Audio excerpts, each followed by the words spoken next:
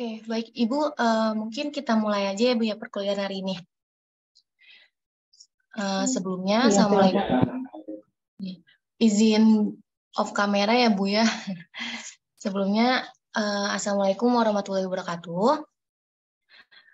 Di sini kami kelompok 2 akan mempresentasikan hasil kerja kami dengan judul perpustakaan sekolah. Nah, di sini saya Safira Azhara sebagai moderator dan rekan saya Santi Kurnia. Boleh itu Santi slide berikutnya. Nah, terus lanjut. Nah, untuk materi pertama akan disampaikan oleh Santi Kurnia. Santi Kurnia, dipersilakan.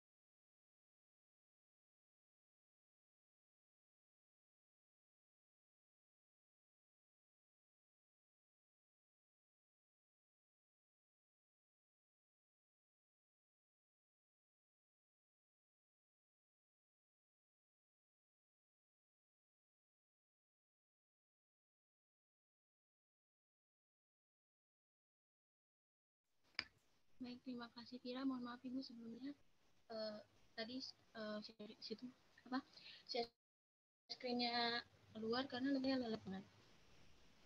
Kira selanjutnya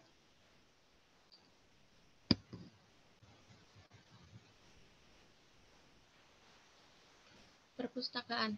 Perpustakaan merupakan salah satu elemen penting dari faktor pendukung dan dari kesuksesan pendidikan. Melalui perpustakaan, siswa dapat belajar secara aktif dan mandiri guna mengembangkan pengetahuan, sikap, dan keterampilan yang dimilikinya. Perpustakaan sebagai salah satu sarana pendidikan yang menunjang proses kegiatan belajar mengajar, serta memegang peranan penting dalam memacu tercapainya tujuan pendidikan di sekolah, sebagaimana yang dicantumkan dalam Undang-Undang Nomor 43 Tahun 2007 Pasal 23 mengenai perpustakaan sekolah, yaitu bahwa setiap sekolah ataupun madrasah menyelenggarakan perpustakaan yang memenuhi standar nasional perpustakaan dengan memperhatikan standar nasional pendidikan.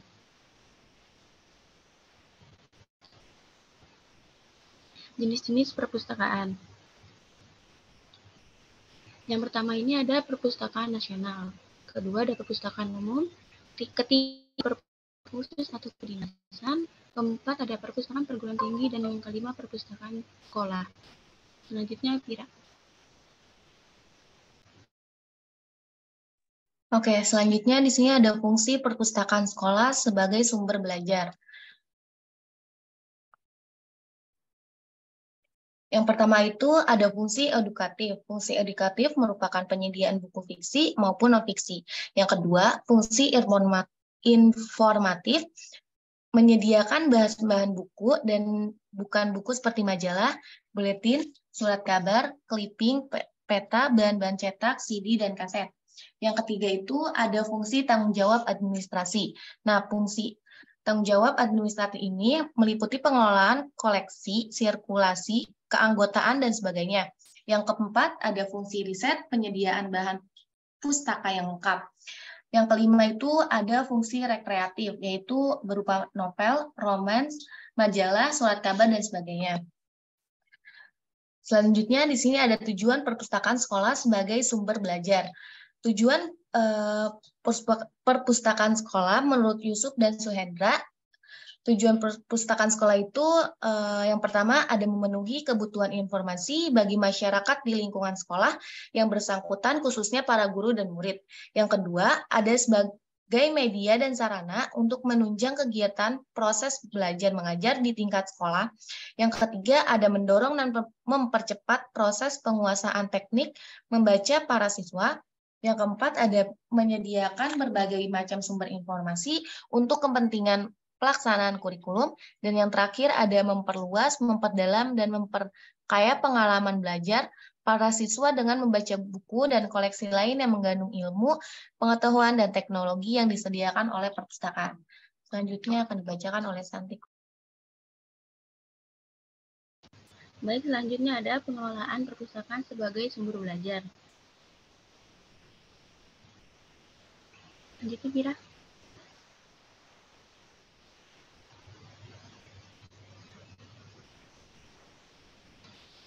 Menurut Ibrahim Bafadal, pengelolaan perpustakaan sekolah berarti segenap usaha pengkoordinasian segala kegiatan yang berhubungan dengan penyelenggaraan perpustakaan sekolah. Usaha pengkoordinasian tersebut biasanya diwadahi dalam suatu struktur organisasi yang disebut struktur organisasi perpustakaan sekolah.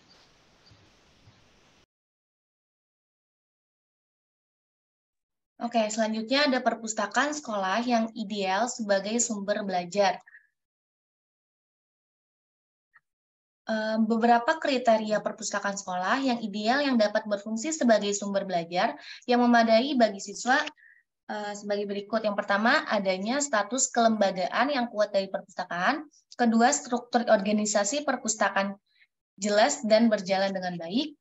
Yang ketiga, memiliki ruangan yang memadai sesuai jumlah siswa, bersih, dan penyiarannya cukup. Yang keempat, ada memiliki tempat baca yang memadai. Yang kelima, ada memiliki parabot perpustakaan secara memadai. Yang keenam, ada partisipasi pemakaiannya, mau siswa dan ataupun guru, baik dan aktif. Yang ketujuh, ada jenis koleksinya mencerminkan komposisi yang baik antara buku teks dengan buku fiksi, yaitu 40% untuk buku teks, 30% untuk pengayaan, dan 30% buku fiksi, serta judul buku yang dimiliki bervariasi.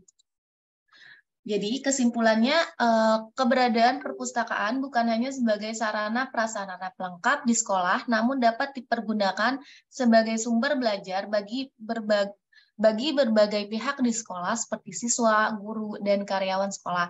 Sehingga sekolah harus memberikan pelayanan terbaik dan pengelolaan perpustakaan sebagai sumber belajar.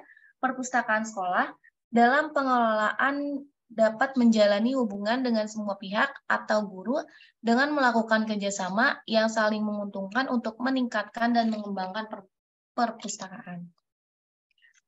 Mungkin itu saja paparan dari kelompok kami. Dilanjutkan dengan sesi tanya jawab. Bagi teman-teman, ada yang ingin bertanya?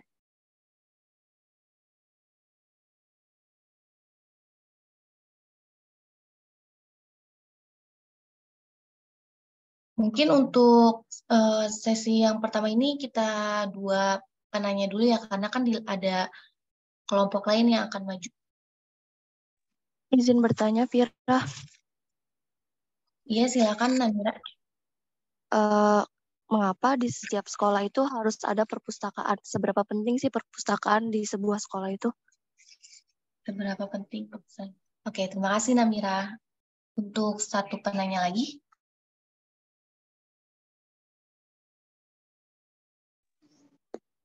Izin bertanya, Vira. Iya, Vira, silakan. Izin bertanya, kira-kira apa ya peran guru di perpustakaan sekolah? Terima kasih.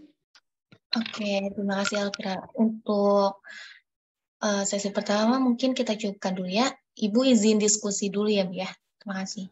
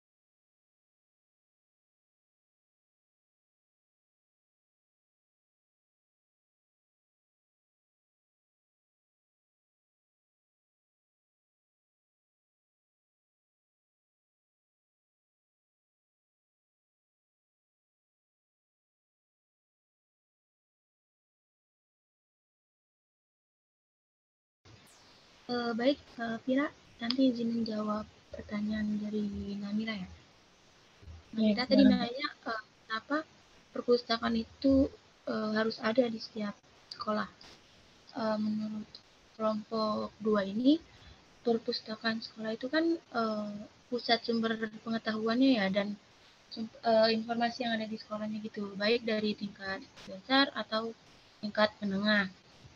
Terus kenapa sih di situ tuh ada perpustakaan? Karena perpustakaan itu harus ada di dalam sekolah agar siswanya ini dapat memenuhi kebutuhan informasi sebagai media dan sarana, mendorong dan mempercepat proses penugasan dan memperluas pengalaman pembelajarannya. Seperti itu, Namira, kurang lebih. Gimana?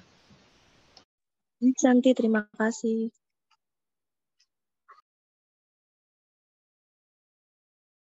Oke, selanjutnya di sini Vira mau jawab pertanyaan Alvira.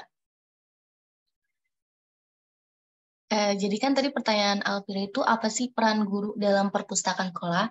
Nah, jadi menurut kelompok kami ini peran guru dalam perpustakaan sekolah itu menjadi motivator ataupun fasilitator pemanfaatan perpustakaan. Jadi sehingga perpustakaan tersebut dapat menjadi sumber belajar siswa gitu, Alvira. Gimana? Baik, dapat dipahami. Terima kasih Vira jawabannya. Baik, sama-sama. Ibu, untuk kelompok 2 ini dicukupkan saja ya, Bu ya, karena kan ada kelompok berikutnya yang akan presentasi.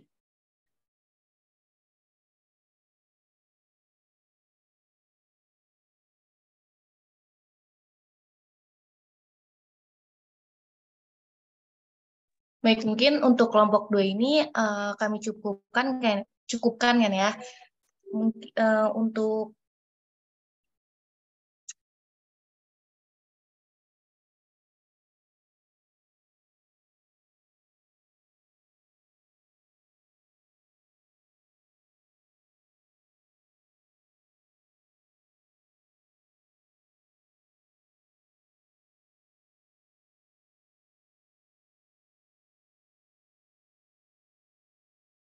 ya, untuk kelompok 2 kami cukupkan. Kurang lebihnya mohon maaf. Wassalamualaikum warahmatullahi wabarakatuh.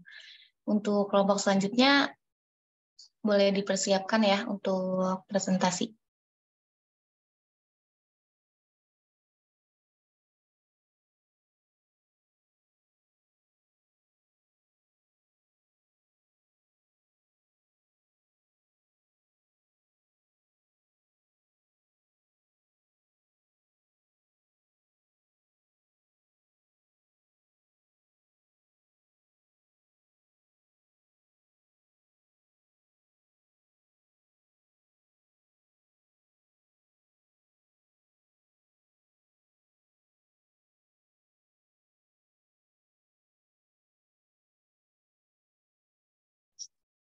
Silakan untuk kelompok 2.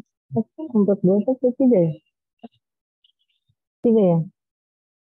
Sudah Ibu, ini kita lanjut ke kelompok 3. Iya.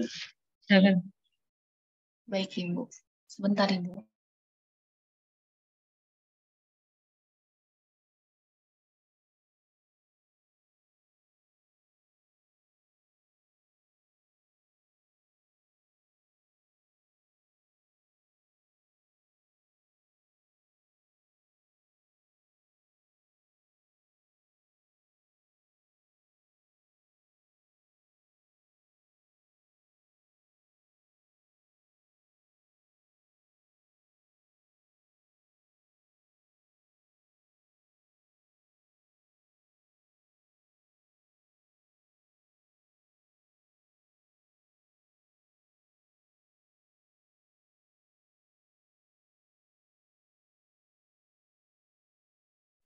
Baik, Assalamualaikum warahmatullahi wabarakatuh.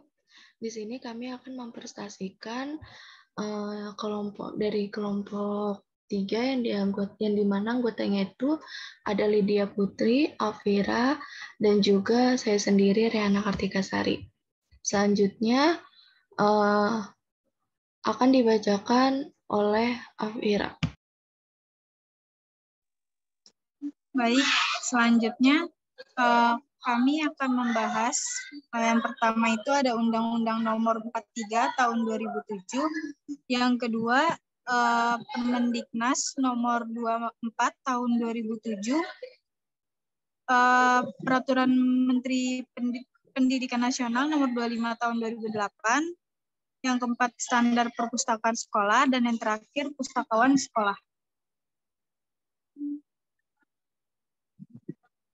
Yang pertama, Undang-Undang Republik Indonesia Nomor 43 Tahun 2007 tentang perpustakaan.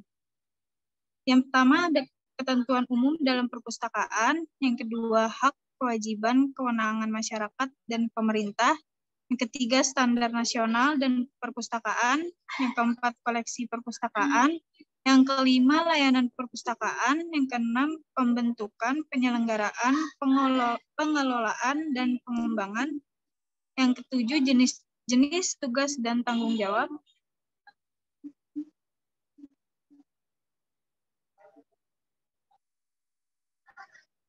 lalu selanjutnya ada yang ke-8 tenaga pendidikan dan organisasi, yang ke-9 sarana dan prasarana, yang ke-10 dana, yang ke-11 kerjasama, yang ke-12 pembentukan dan tugas Dewan Perpustakaan, yang 13 pembudayaan, kegemaran membaca, dan yang terakhir sanksi.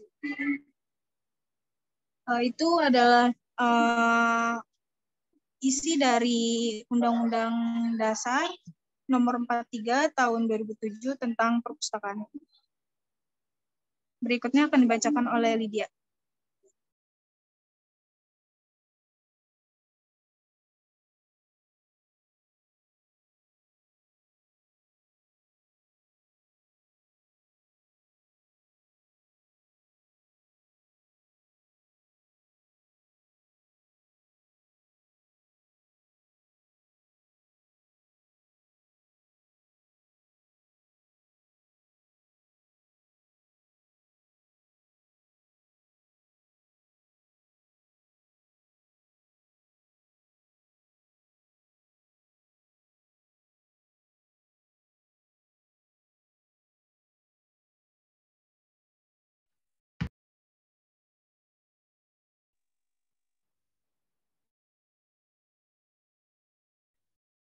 Suaranya kok nggak kedengeran ya? Ada suaranya itu?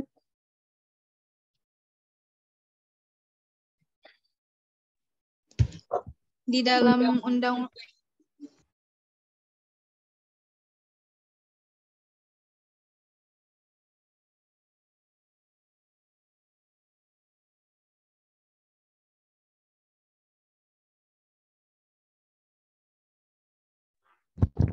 Undang-undang ini menyebutkan bahwa perpustakaan adalah instansi pengelola koleksinya tulis, karya cetak, dan karya rekam secara profesional dengan sistem yang baku.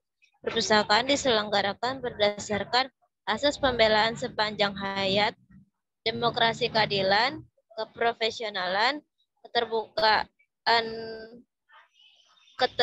keterukuran, dan kemitraan.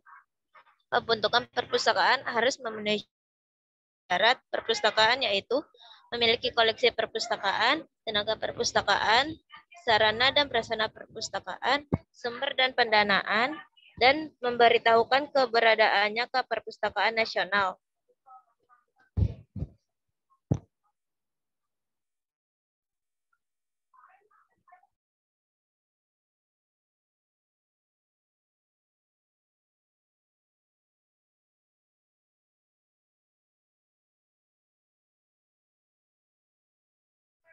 Lanjut, tolong diganti slide-nya, Vira.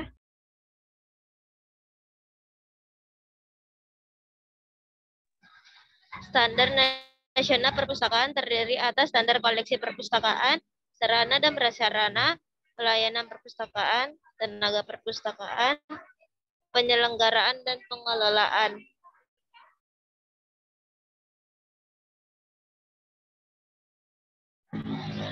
Perpustakaan memiliki beberapa jenis perpustakaan, yaitu yang pertama perpustakaan nasional, yang kedua perpustakaan umum, yang ketiga perpustakaan khusus, yang keempat perpustakaan sekolah, Dan yang terakhir, perguruan tinggi. Penggunaan perorangan, kelompok, orang, masyarakat, dan lembaga yang menggunakan jasa dan fasilitas perpustakaan disebut pemustaka. Selanjutnya akan dibacakan oleh Raihana.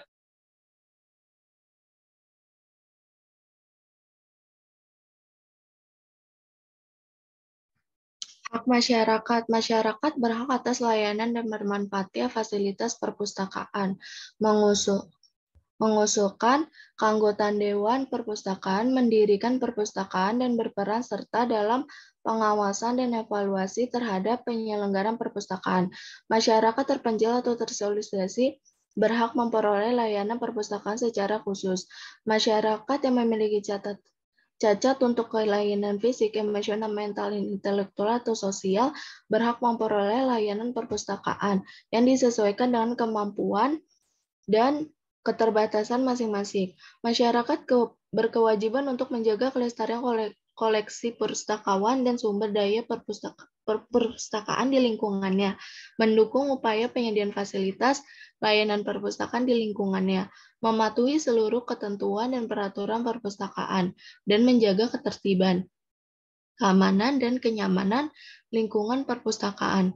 Masyarakat juga berkewajiban untuk menyimpan, merawat, dan melestarikan naskah kuno yang dimilikinya dan mendaftarkannya ke perpustakaan nasional. Lanjut.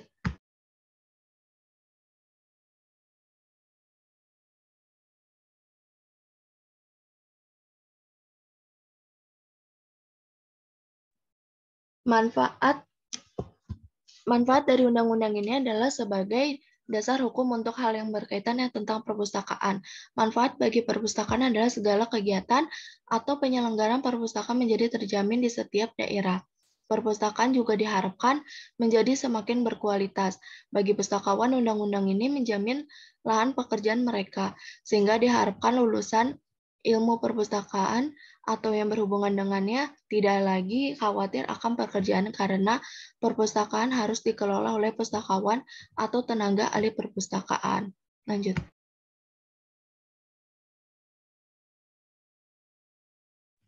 Permendiknas nomor 24 tahun 2007 pasal 1. 1. Standar sarana dan prasarana untuk sekolah dasar atau madrasah ibtidayah, SD atau MI, sekolah menengah pertama atau madrasah sanawiyah atau disebut juga SMP atau MTS, dan sekolah menengah atas madrasah aliyah atau SMA mencakup kriteria minimum sarana dan kriteria minimum prasarana.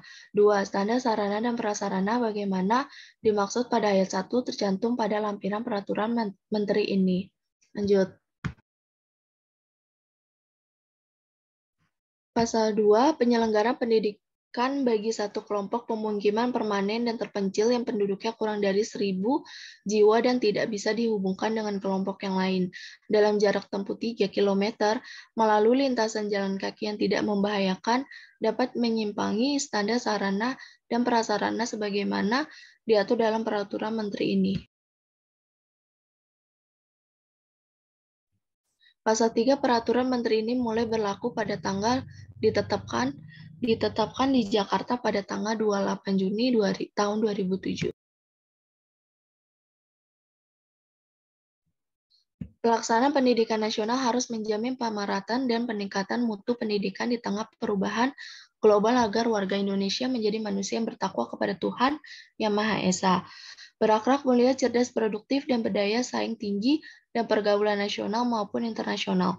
Untuk menjamin pencapaian dan tujuan pendidikan tersebut, pemerintah telah mengamatkan penyusunan 8 standar nasional pendidikan sebagaimana diatur dalam peraturan Pemerintah Republik Indonesia Nomor 19 Tahun 2005 tentang Standar Nasional Pendidikan.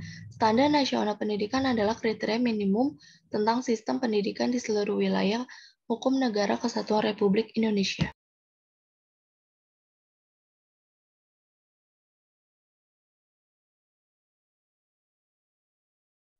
Selanjutnya dibacakan oleh Afira.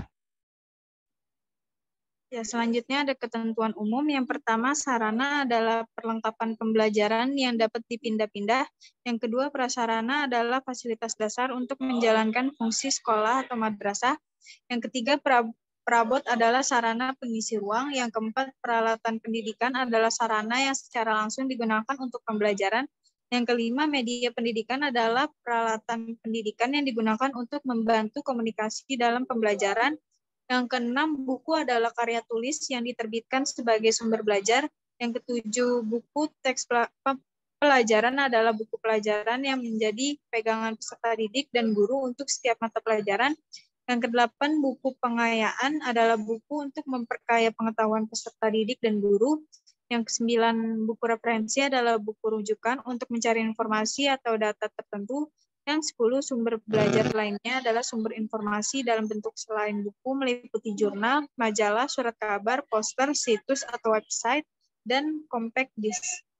Lanjut. Lalu ada ketentuan prasarana dan sarana. Yang pertama itu di ruang kelas. Yang A, fungsi ruang kelas adalah tempat kegiatan pembelajaran teori, praktik yang tidak memerlukan peralatan khusus atau praktik dengan alat khusus yang mudah dihadirkan. Yang B, jumlah minimum ruang kelas sama dengan banyak rombongan belajar. Yang C, kapasitas maksimum ruang kelas adalah 28 peserta didik. Yang D, rasio. Ya, silakan. Yang C, kapasitas maksimum ruang kelas adalah 28 peserta didik. Yang D, rasio minimum luas ruang kelas adalah 2 meter persegi per peserta didik. Untuk rombongan belajar dengan peserta didik kurang dari 15 orang, luas minimum ruang kelas adalah 30 meter persegi, lebar minimum ruang kelas adalah 5 meter. Yang E, ruang kelas memiliki jendela yang memungkinkan pencahayaannya yang memadai untuk membaca buku dan untuk memberikan pandangan keluar ruangan. Lanjut.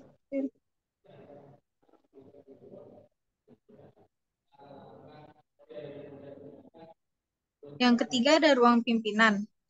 Yang A, ruang pimpinan berfungsi sebagai tempat melakukan kegiatan pengelolaan sekolah atau madrasah, pertemuan dengan sejumlah kecil guru, orang tua, murid, unsur komite sekolah atau majelis madrasah, petugas dinas pendidikan atau tamu lainnya. Yang B, luas minimum ruang pimpinan adalah 12 meter persegi dan lebar minimum adalah 3 meter. Ruang pimpinan mudah diakses oleh guru dan tamu sekolah atau madrasah, dapat dikunci dengan baik. Selanjutnya dibacakan oleh Lydia.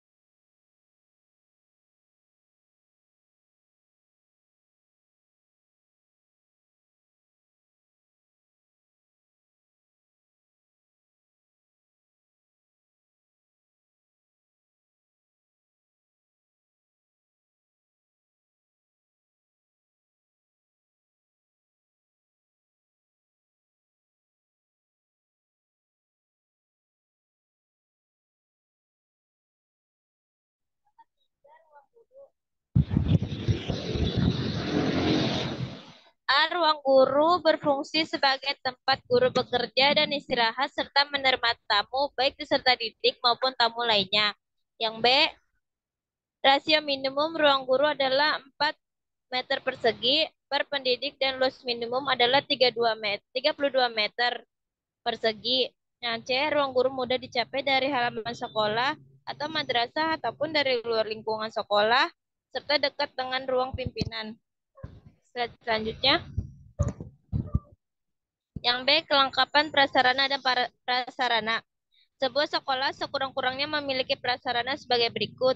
Yang pertama ada ruang kelas, yang kedua ruang perpustakaan, ruang laboratorium IPA, ruang pimpinan, yang kelima ruang guru, yang keenam ruang tata usaha, yang ketujuh tempat beribadah, yang kedelapan ruang konseling, yang kesembilan ruang UKS, ke-10 ruang organisasi kesiswaan, yang 11 jamban, yang ke-12 gudang, 13 ruang sirkulasi, 14 tempat bermain berolahraga. Peraturan Menteri Pendidikan Nasional Republik Indonesia Nomor 25 Tahun 2008 tentang persyaratan dan prosedur bagi warga negara asing untuk menjadi mahasiswa pada perguruan tinggi di Indonesia dengan rahmat Tuhan Yang Maha Esa, Menteri Pendidikan Nasional. Selanjutnya, Pasal 1, dalam peraturan ini yang dimaksud dengan mahasiswa asing adalah warga negara asing yang mengikuti pendidikan pada perguruan tinggi di Indonesia. Yang kedua, perguruan tinggi adalah satuan pendidikan yang menyelenggarakan pendidikan tinggi yang dapat berbentuk akademik, politeknik, sekolah tinggi, institut, atau universitas. Yang ketiga, Direktorat Jenderal adalah Direktorat Jenderal Pendidikan Tinggi Departemen Pendidikan Nasional. Yang keempat, Sekretariat Jenderal adalah Sekretariat Jenderal Departemen Pendidikan Nasional. Yang kelima, pimpinan perguruan tinggi adalah rektor untuk universitas atau institut, ketua untuk sekolah tinggi, dan direktur untuk politeknik atau akademik. Dan selanjutnya akan dibacakan oleh teman saya. Pasal 2. Warga negara asing yang dapat menjadi mahasiswa di perguruan tinggi terdiri atas warga negara asing yang berada luar negeri atau yang berada di Indonesia.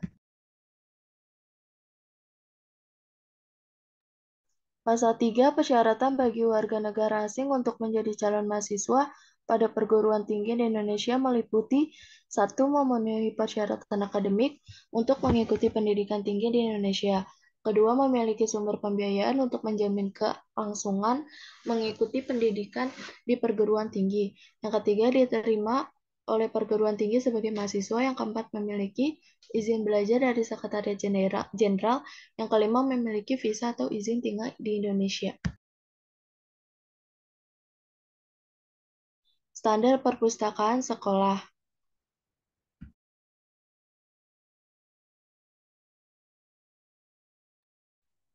Setiap sekolah atau madrasah untuk semua jenis dan jenjang yang mempunyai jumlah tenaga perpustakaan sekolah atau madrasah lebih dari 1 orang mempunyai lebih dari 6 rombongan belajar, serta memiliki koleksi minimal 1000 judul materi yang perpustakaan dapat mengangkat kepala perpustakaan sekolah atau madrasah. 1. Kepala perpustakaan sekolah yang melalui jalur pendidikan kepala perpustakaan sekolah harus memenuhi syarat yaitu berkualifikasi serendah-rendahnya diploma 4 atau sarjana S1, memiliki sertifikat kompetensi pengelolaan perpustakaan sekolah dari lembaga yang ditetapkan oleh pemerintah, masa kerja minimal 3 tahun. Yang kedua, kepala perpustakaan sekolah yang melalui jalur tenaga berpendidikan kepala perpustakaan sekolah harus memenuhi salah satu syarat yaitu berkualifikasi diploma atau disebut D2 ilmu perpustakaan dan informasi bagi pustakawan dengan masa kerja minimal 4 tahun atau bervokasi diploma 2 non-ilmu perpustakaan dan informasi dengan sertifikat kompetensi pengelolaan perpustakaan sekolah dari lembaga yang ditetapkan oleh pemerintah dengan masa kerja minimal 4 tahun di perpustakaan sekolah. Ketiga, tenaga perpustakaan sekolah. Setiap perpustakaan sekolah madrasah memiliki sekurang-kurangnya 1 tenaga perpustakaan sekolah atau madrasah yang berkualifikasi SMA atau yang sederajat dengan bersertifikat kompetensi pengelolaan perpustakaan sekolah dari lembaga yang ditetapkan oleh pemerintah.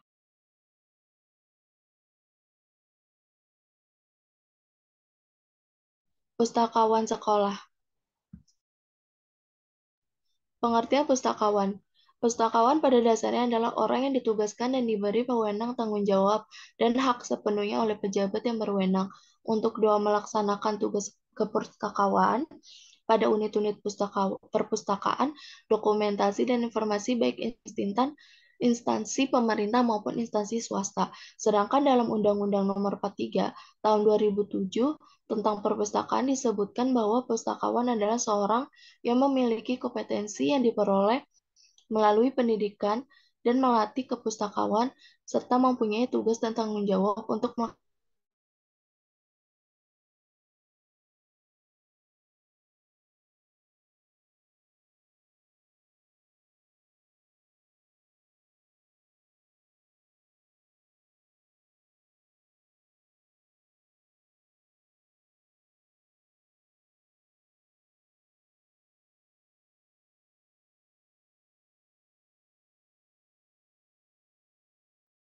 Selanjutnya ada pustakawan di sekolah. Perpustakaan dan pustakawan di sekolah sangat penting bagi kesejahteraan pendidikan dan emosional Membantu. siswa.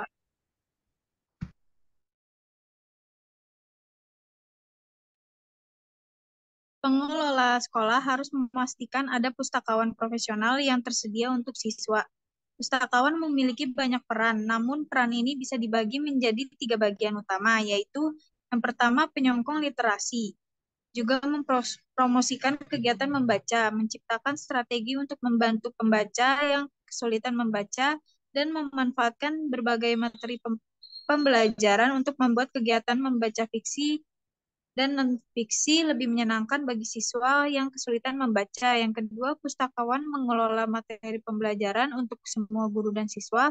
Dan yang terakhir, tenaga ahli peneliti.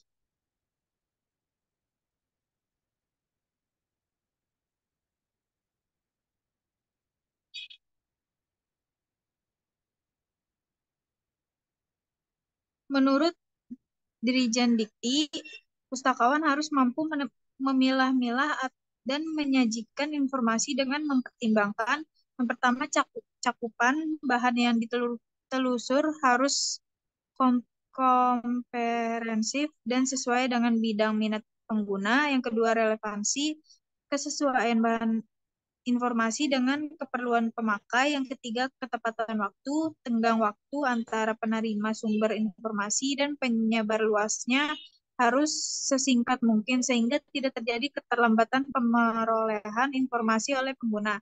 Yang keempat, kemuktafiran informasi disesuaikan dengan perkembangan ilmu pengetahuan dan bidang cakupan perpustakaan itu sendiri. Yang kelima, kemudahan pengguna, format harus jelas agar mudah dimanfaatkan. Yang keenam, rasio judul, pemakai, dan spesialisasi bidang. Yang ketujuh, tidak bertentangan dengan politik, ideologi, agama, atau keyakinan, ras, maupun golongan. Yang kedelapan, kualitas informasi hendaknya memenuhi kualitas syarat yang ditentukan. Misalnya berkaitan dengan subjek, reputasi pengarang, dan reputasi penerbit. Yang terakhir, objek keilmuan. Informasi diharapkan mampu menunjang kegiatan keilmuan anggota potensial dan sesuai dengan visi dan misi lembaga induknya.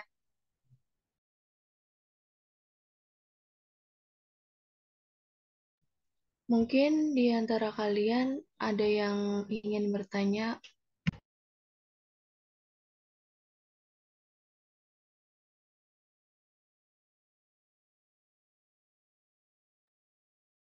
Boleh untuk kelompok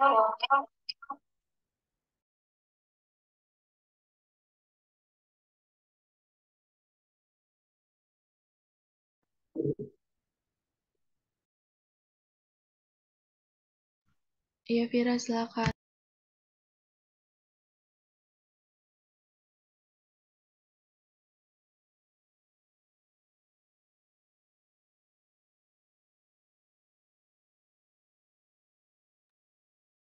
Kalau tidak ada pertanyaan, sedikit saja ya, nanti kita bahas ke depan.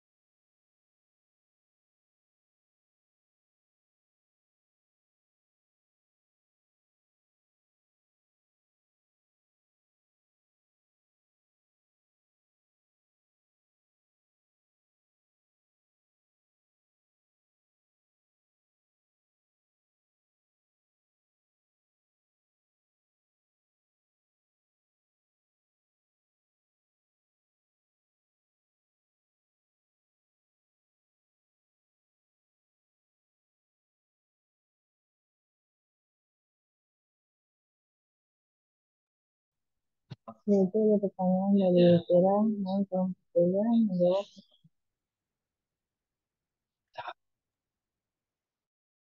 Oh iya, baik, Kira. Pertanyaannya akan ditampung. Ada yang ingin bertanya lagi? Dipersilahkan. Mungkin cukup apa ya? Karena nanti jam 2 sudah selesai.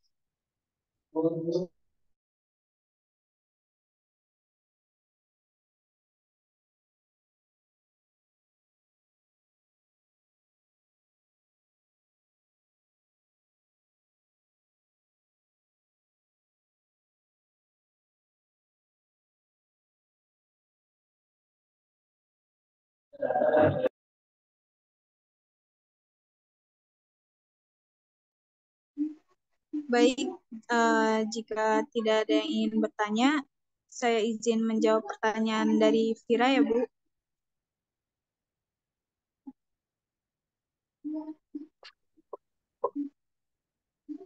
Pertanyaannya, kompetensi apa saja yang harus dimiliki oleh seorang pegawai administrasi pada suatu lembaga pendidikan formal?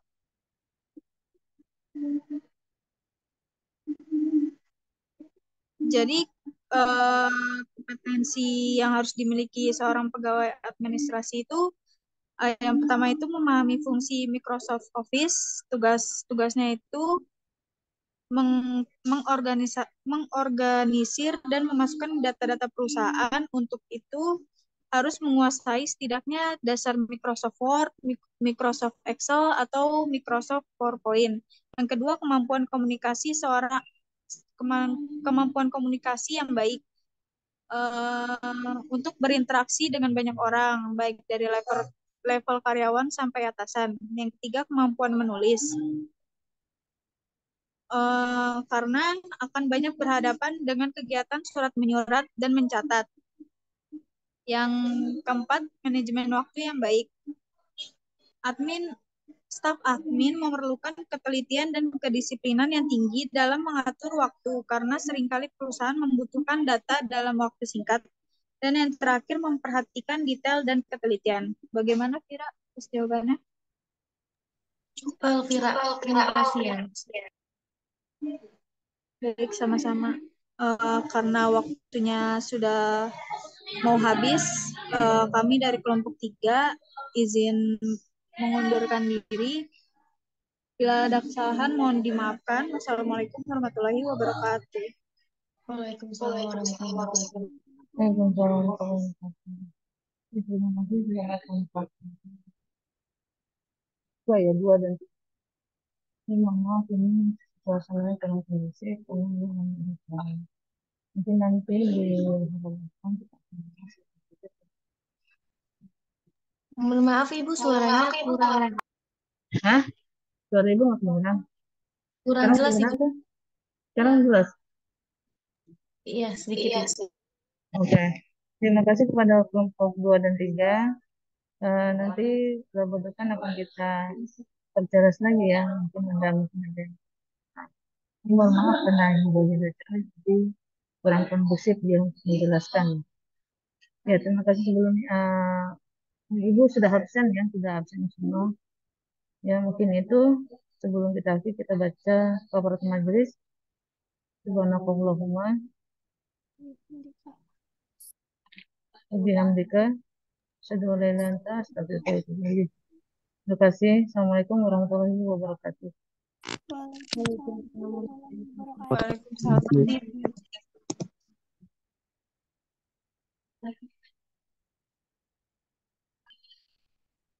Jelas ya.